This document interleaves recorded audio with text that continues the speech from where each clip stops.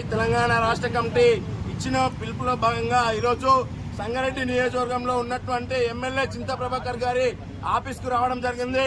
ఇక్కడ ఎమ్మెల్యే గారు క్యాంప్ ఆఫీస్లో లేరు. ఎందుకంటే జూబ్లీ హిల్స్ లో ఎన్నికల ప్రచారంలో పాల్గొనాలని చెప్పేసి ఉన్నటువంటి శ్రద్ధ, విద్యార్థులకు న్యాయం చేయాలని చెప్పేసి ఏ మాత్రం లేనటువంటి ఎమ్మెల్యేలు ఉన్నారు. ఇప్పటికే చూస్తున్నాము, ఈ ఎన్నికల్లో గెలవకపోతే మా పరువు పోతుంది అని చెప్పేసి ప్రభుత్వం కూడా అధికారంలో ఉండి అనేక రకమైనటువంటి హామీలు ఇచ్చి జూబ్లీ హిల్స్ ఎన్నికల్లో ప్రచారాలు చేస్తున్నటువంటి పరిస్థితి ఉంది. ప్రతిపక్షంలో ఉన్నటువంటి ఎమ్మెల్యేలు విద్యార్థుల పట్ల పట్టించుకునేటటువంటి పరిస్థితి లేదు.